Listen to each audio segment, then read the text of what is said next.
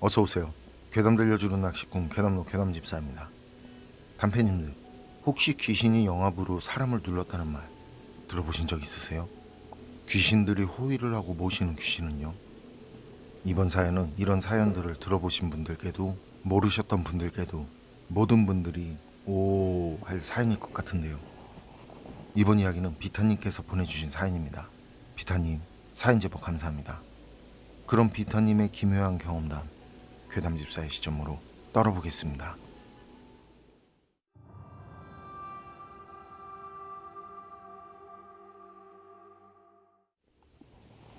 제가 소름 돋는 오싹한 얘기 하나 해드릴게요. 이건 제가 알고 지내는 무당이 직접 경험한 일이라고 그래요. 무당이 말하길 자기가 10여 년 동안 계속 차량으로 이동하는 경로 때문에 계속 지나치게 되는 빈집이 하나 있는데 거긴 멀리서 봐도 대단하다면서 귀신 수백이 허리케인처럼 뱅글뱅글 마치 그 집을 호위라도 하는 듯이 계속 그 집 주변을 돌고 있는 게 보였다고 하더라고요. 그 중에서도 가장 무서운 귀신이 있었다는데요. 그 귀신은 창가 앞에 서 있는 젊은 여자였다고 그래요. 그런데 자기가 10여 년 동안 그 젊은 여자 귀신을 그 흉가를 지날 때마다 보는데 그 여자 귀신은 그냥 같은 자리에 계속 서 있으면서 말이죠. 항상 같은 자세로 미동조차 안 하고 시야를 멀리 두고 단지 그냥 창밖을 바라보고 있더라는 거예요. 마치 누군가를 기다리는 것 같은 모습으로 말이죠. 같은 자세로 어떻게 저렇게 계속 있는 걸까? 그 무당이 생각할 때도 그 여자 귀신이었지만 정말 신기했대요. 그러다 한 번은 정말 호기심이 들더래요. 그래서 말을 걸어보려고 차에서 내려서 그 귀신한테 다가갔는데요.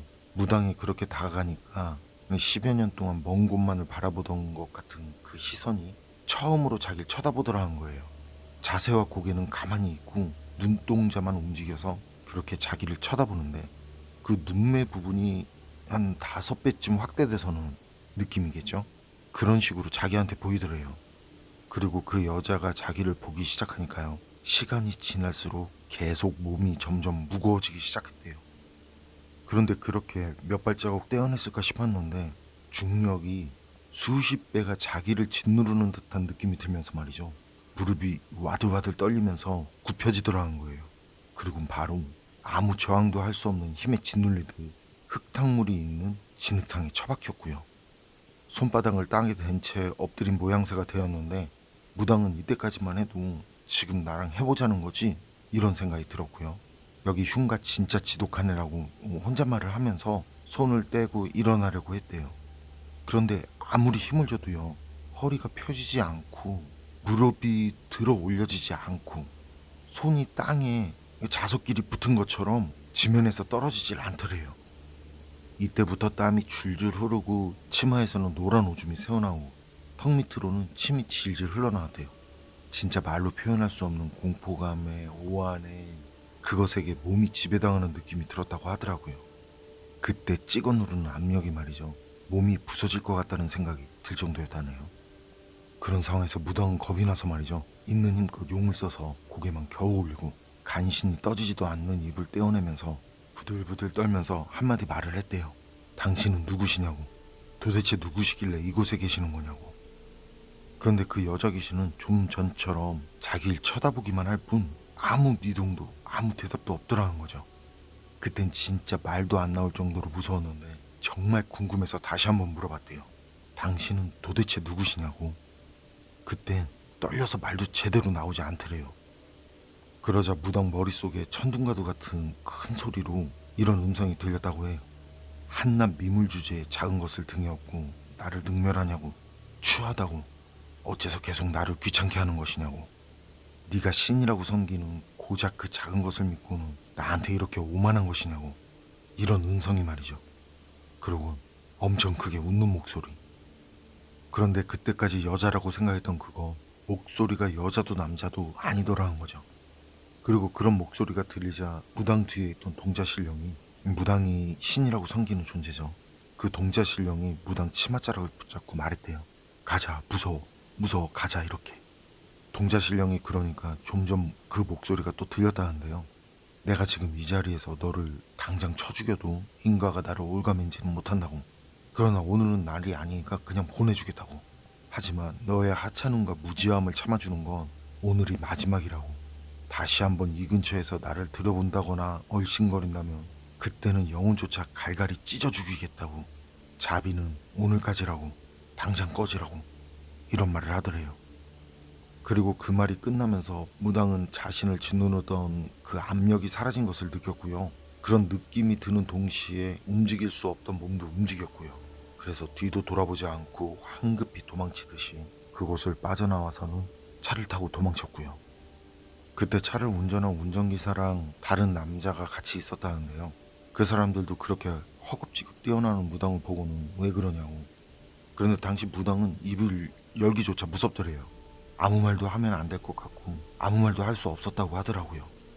그리고 한참이 지난 뒤에야 그때 자기가 경험한 이야기를 그때 차를 운전한 운전수랑 같이 갔던 남자한테 할 수 있었다네요. 그 여자가 서 있는 건물까지 거리가 적게 잡아도 20m는 됐는데, 아니 더 넘었을 거라고. 근데 몇 발자국을 떼지도 못하고 그냥 무릎이 굽혀지고 상체가 처박히는 느낌이 들었다고. 그때 자기를 얼마나 강하게 눌렀는지 온몸 이곳저곳 뼈에 실금이 가고 뼈가 휘기까지 해서 몇 달이나 요양을 했다고 하더래요. 자기도 살면서 그런 건 정말 처음 본다면서. 그 존재는 누굴 그렇게 기다리는 건지, 그 존재를 호위하듯이 태풍처럼 감싸는 영들은 무엇이었는지 자기도 모르겠다고. 하지만 하나는 확실히 알겠더라고. 귀신도 격의 차이란 게 있다는 걸 말이죠. 그리고 영암만으로 그 먼 거리에서 물리력을 행사하면서 자기를 짓누르는데, 그렇게 할 수 있는 정도면 그건 이미 귀신의 영역이 아니라는 말을 했어요. 과연 그게 사람이 죽어서 된 귀신인지, 영압이 너무 강해서 뼈가 일 정도면 인간이 죽어서 된 영은 아니라는 말을 하더라고요. 인간의 모습을 하고 있지만 인간의 혼이 아닌 것 같았다는 말. 자기가 모신다는 그 신령이 가자고 할 정도면 말 다 했다면서 말이죠. 그 사람은 무당 일을 하면서 별의별 귀신들을 다 봤지만 수십 미터 밖에서 그렇게 영압으로 자기를 찍어 누르는 영가는 단 한 번도 본 적이 없었다고 하는데요. 그때 무당이 받은 영압, 뼈가 휘는 압력도 압력이지만 온몸의 근육이 쥐어 짜지는 고통에 숨까지 잘 쉬어지지 않았다고 하더라고요. 그리고 그 뒤로 그 무당은요, 먼 거리를 돌아가더라도 절대 그 집 근처를 지나가지 않았다고 해요. 어쨌든 무당도 겁먹고 더 이상 그곳 근처에 가지 않으니 이후로 자세한 이야기는 들을 수 없었습니다만, 무당은 그때 그 일을 얘기하면서 이 말을 한 번 더 강조하더라고요. 귀신도 그 격이 다른 존재가 있다는 말을요.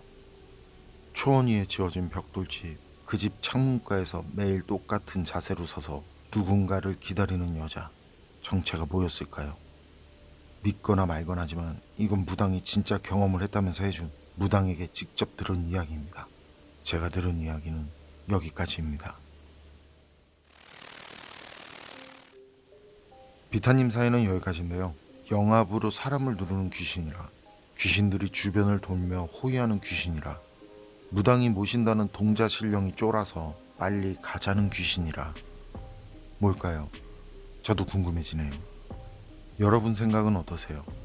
판단은 여러분께 맡기겠습니다.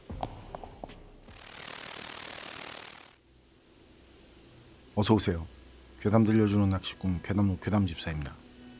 단편님들, 악행을 일삼던 사람이 어떤 계기로 누가 봐도 착해졌다는 거, 이런 훈훈한 얘기 들어보셨거나 직접 경험하신 적 있으실 거예요. 그런데 그 어떤 계기가 동시에 여러 사람에게 일어났고, 그래서 여러 사람이 모두 착해졌다는 얘기는 들어보셨나요? 이런 경우는 흔치 않겠죠. 게다가 그 계기라는 게 어떤 영가와 관련이 있다라면. 이번 이야기는 성학이 성님께서 보내주신 사연입니다. 성학이 성님, 사연 제보 감사합니다. 그럼 성학이 성님의 기묘한 경험담, 괴담집사의 시점으로 떨어보겠습니다.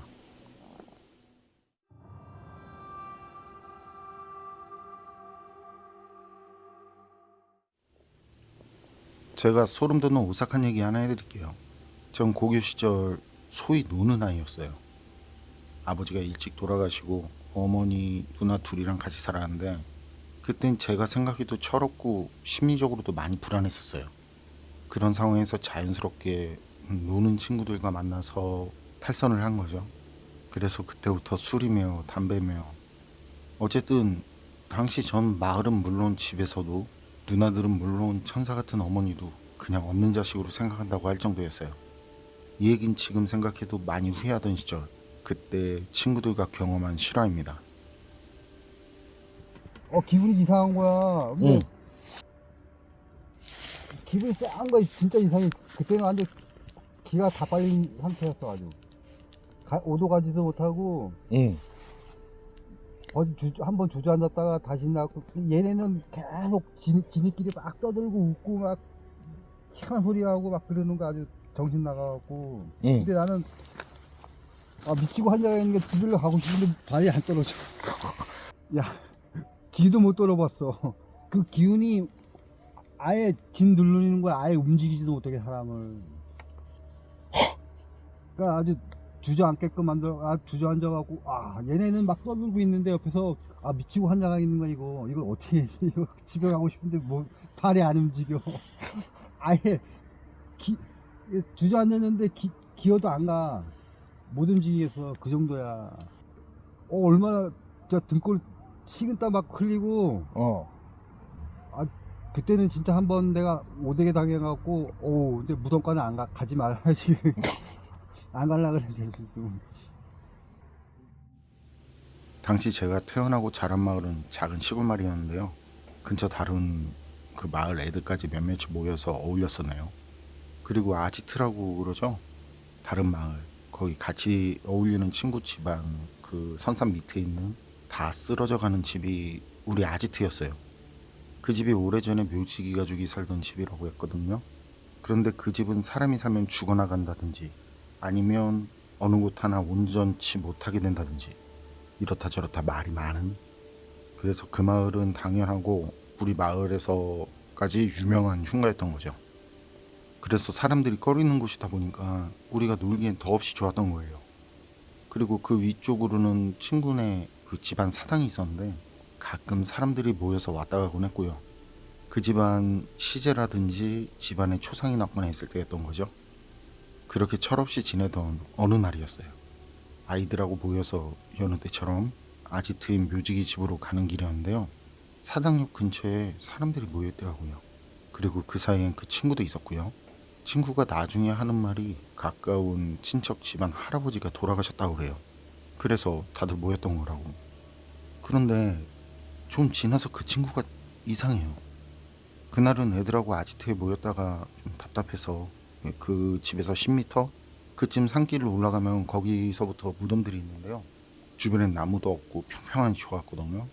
오히려 모기라든지 벌레들은 집에 더 많았고요. 이상한 냄새 나는 집보다는 그 무덤 옆이 여러모로 훨씬 좋았죠. 그래서 집에서 나와서도 거기 무덤들 옆에서 술을 마셨거든요. 그런데 그날은 이상하게 한기가 느껴지는 기분이 들고 어디서 무슨 야리꾸리한 냄새가 나는 것 같기도 하더라고요. 이건 저만 느낀 게 아니라 그때 같이 있던 애들이 그런 거 같지 않냐고 그런 말들을 서로 주고받은 거라 거기 있던 애들 모두 느낀 거예요. 그런데 그 친구가 사당에서 본 친구죠. 갑자기 일어나서는 허공에 막 헛손질을 하는 거예요. 주먹으로 치는 것 같기도 하고 밀쳐내려는 것 같기도 하고. 그래서 우리가 왜 그러냐고 처음엔 취했구나 싶은 거죠. 그런데 우리 말이 들리지 않은 것 같아요. 나중엔 고개를 푹 숙이고는 손까지 싹싹 빌면서 울더라고요.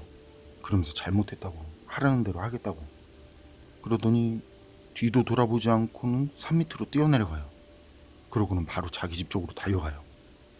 그 친구가 그래서 그런지 분위기가 갑자기 싸해지고 좀 전에 느껴진 한기도 더 느껴지는 것 같고, 그래서 그날은 그쯤에서 접기로 하고 각자 집으로 돌아갔는데요. 저랑 같이 가는 친구가 셋이 있었어요.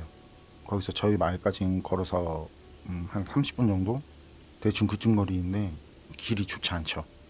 마을까지 가는 길에는 논두렁도 지나고 물론 저수지도 있고 또 산과 산 사이에 난 좁은 언덕길도 있고, 그런데 가로등 같은 건 하나도 없고 아주 어두운 시골길 아시는 분은 그 느낌 아실 거예요.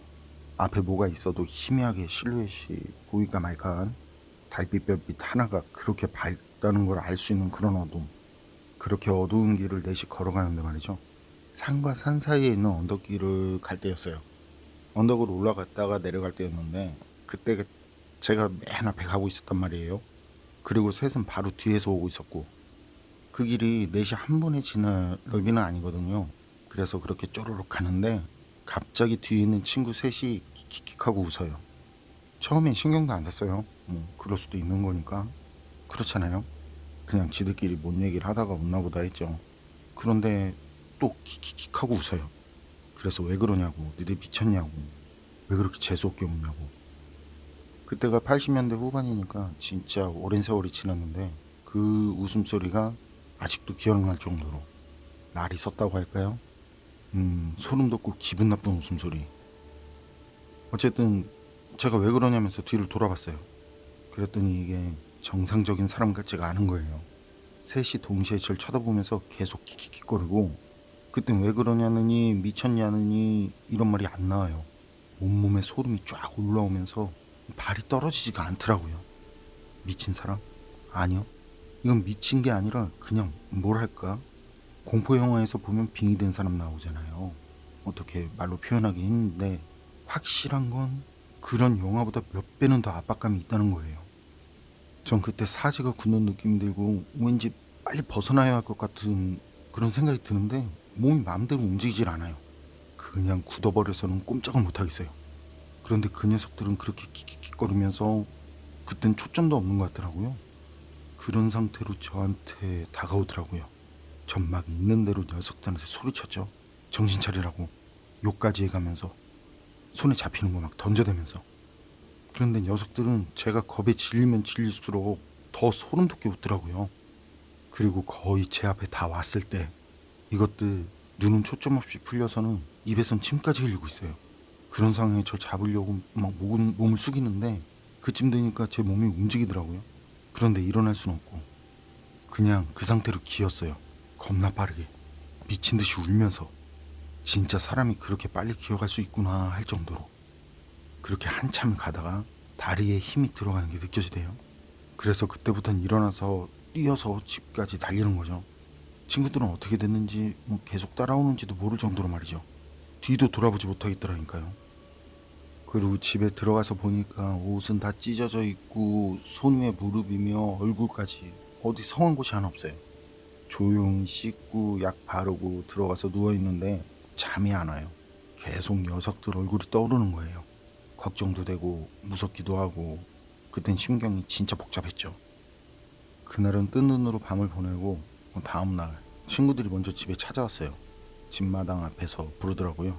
그래서 나가봤죠. 애들이 그땐 또 멀쩡해요. 제가 나가니까 절 보자마자 친구들이 무슨 일 있었냐고. 자기들은 어렴풋이 기억나는 게 셋 다 같은 기억이에요. 앞에 어떤 이상한 검은 그림자들이 말이죠. 제 어깨 위에 타고 있는 것처럼 보이더래요. 그런데 그걸 봤다 싶은 그 순간부터 기억이 나질 않더라는 거예요. 셋 다. 그래서 저도 전날 있었던 일을 얘기해줬죠. 지금은 정말 괜찮냐고 하면서. 셋 다 미친 듯이 킥킥거리고 아니 그냥 미친놈이 형님 할 것 같았다고. 그리고 셋 다 귀신 들린 것 같았다고. 그랬더니 녀석들 얼굴이 하나같이 참기지는데 자기들이 일어났을 때 일어난 자리가 산속에 있는 무덤터라는 거죠. 뭘 했는지 모르겠는데 깨어났을 땐 입안에 흙도 있었다고 그래요. 그때 녀석들도 그 얼굴이며 손이며 상처가 손가락 끝에 손톱이 들린 녀석도 있었어요. 그리고 다음날 학교에 갔거든요. 그런데 먼저 산에서 내려간 친구, 그 친구가 먼저 우리를 찾아오더니 우리 보고 괜찮냐고 그래요. 그래서 우리도 그 친구한테 너 그날 무슨 일이 있는데 그랬냐고, 그날 네 기억나냐고. 그랬더니 그 친구가 하는 말이 우리가 뭔 말하는지는 모르겠고 아주 심각한 표정으로 우리한테 할 말이 있다고. 그날 자기가 이상한 걸 봤다면서 그 말을 시작했거든요. 시커먼 사람 형상을 한 것들이 그냥 시커먼 안개 같았다고 그래요. 그런데 사람 형상인 거죠. 그런 것들이 여럿이 거기 있던 애들 옆에 하나씩 있더라고. 그래서 뭔가 하고 보는데 그중 몇이 자기한테 빠르게 오더라고. 그래서 그걸 떼어내려고 밀고 때리는데 잡히지도 않고 맞지도 않더라는 거죠. 그런데 그것들이 키키키 웃고 같이 놀자고 그러고 뭐 어딜 계속 가자고 그러더라고. 그리고 그때 우리가 뭐라 했잖아요. 그때 그 친구는 아무 소리도 들리지 않고요. 아무것도 보이지 않았대요. 그저 그 시커먼 것들만 보이고 그것들 소리만 들릴 뿐. 그때 어디선가 호통을 치는 듯한 소리가 들리더래요. 무슨 천둥 소리 비슷한 압박감까지 느껴지는데 그 소리에 그 검은 것들이 놀라서는 자기한테서 떨어지더라는 거예요. 그리고 그때 어디서 나타났는지 투구는 없고 갑옷만 입은 머리에 상투를 틀고 허연 수염까지 있는 할아버지가 그 친구 앞에 서 있더라는 거죠. 그냥 사극에서 보는 장군들 있죠? 그 모습하고 비슷한데 어딘가 모르게 좀 달랐대요. 덩치도 엄청 좋고 우락부락하고 무섭고, 그리고 그 시커먼 것들은 그 할아버지 뒤에서 벌벌 떨고 있다는 게 느껴지고 겁에 질려서 도망도 못 치는 듯한 그런 느낌을 받았대요. 그런 상황에서 갑옷 입은 할아버지는 친구를 한번 째려보고는 바로 뒤로 돌면서 칼을 빼들더니 그 친구 앞에 있는 검은 것들을 진짜 한 방에, 그때 내려칠 때 번개가 치듯이 번쩍하는 느낌까지 들 정도로 아주 생생하게. 그러고는 다시 뒤돌아서 그 친구를 보면서 죽고 싶냐고, 네 할애비도 그러더니 너도 그 모양이냐고, 그렇게 살 거면 내가 지금 이 자리에서 널 데려가마, 이러더라는 거예요. 그때 그 압박감이 동물원에서 그 호랑이 울음소리 들었을 때 그때 심장 쪼그라들던 그 느낌 비슷했다고 그런 말까지 했는데요. 아주 그냥 호통도 그런 호통이 없었다는 거죠. 어쨌든 그래서 아주 그냥 손이 발이 되도록 빌었다더라고요. 그러니까 할아버지가 어여썩 내려가라고. 그리고 두 번 다시 개 같은 짓을 한다면 똑똑히 들었다고 그래요. 개 같은 짓이라는 거. 두 번 다시 개 같은 짓을 한다면 그땐 필히 그 할아버지가 직접 데려가겠다고. 그 말에 친구는 뒤도 돌아보지 않고 산에서 달려내려갔다고 하더라고요. 그리고 미안하다고, 자긴 이제 어울리지 않겠다는 말까지.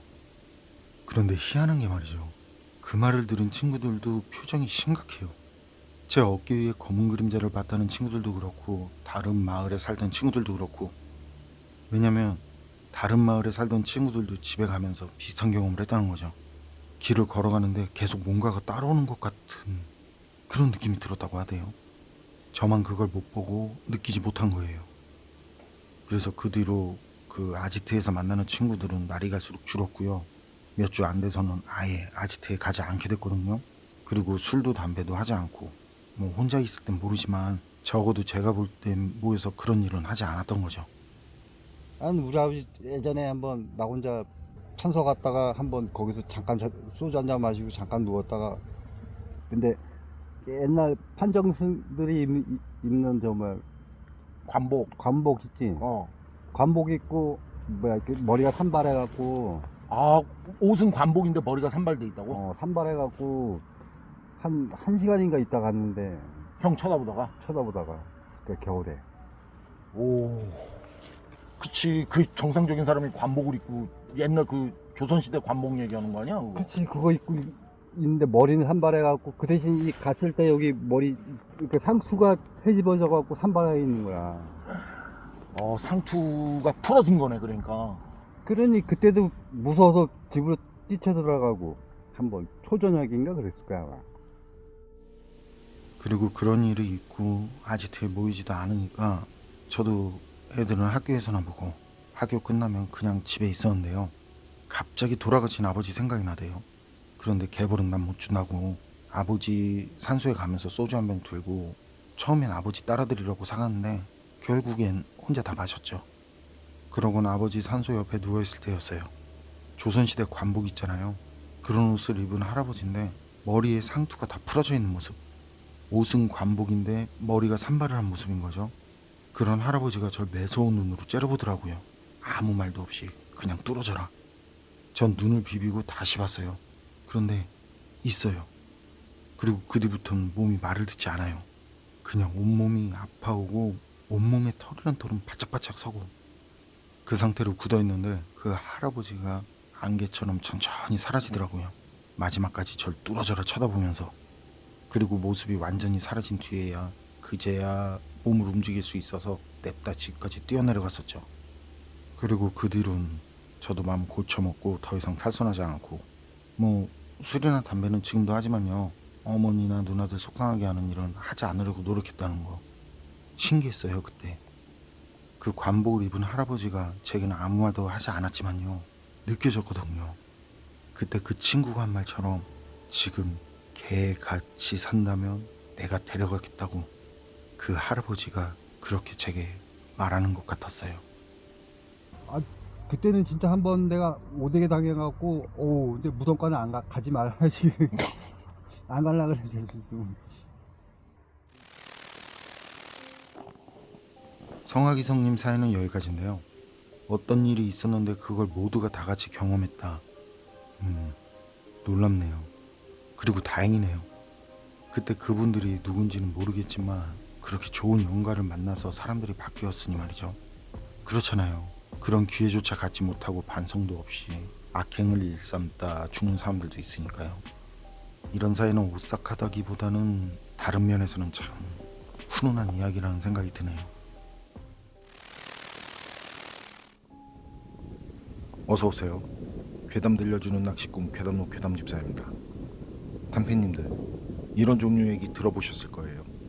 어디로 가기로 한 날 무슨 일이 있어서 가지 못했는데 그 일정과 관련해서 큰 사고가 났고 참석을 못한 사람은 덕분에 해를 면했다. 이런 얘기. 이런 이야기들을 들으면 어떤 생각이 드세요? 정말 운명이라는 게 있다는 생각이 드시나요? 아니면 수호천사나 수호신 같은 존재가 있다는 생각은요? 이번 이야기는 일본 괴담 채널에 올라온 사토시의 기묘한 경험담입니다. 그럼 일본인 사연자 사토시의 기묘한 이야기, 괴담집사의 시점으로 떨어보겠습니다.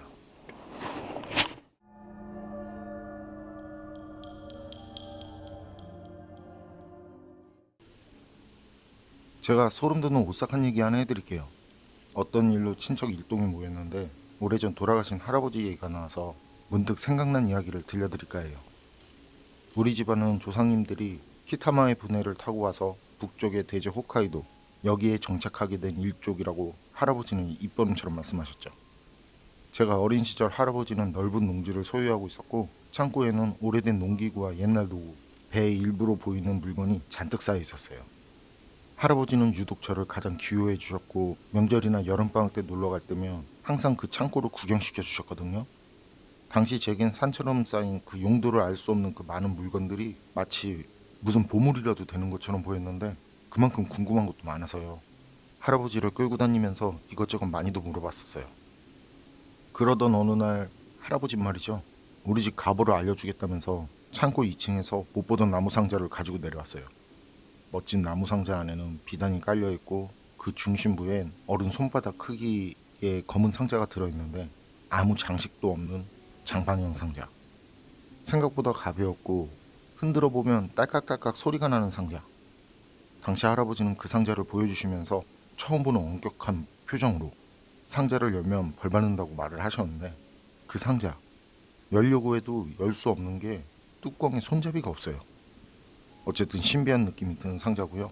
그건 지금도 저희 집에서 소중히 모셔지고 있어요.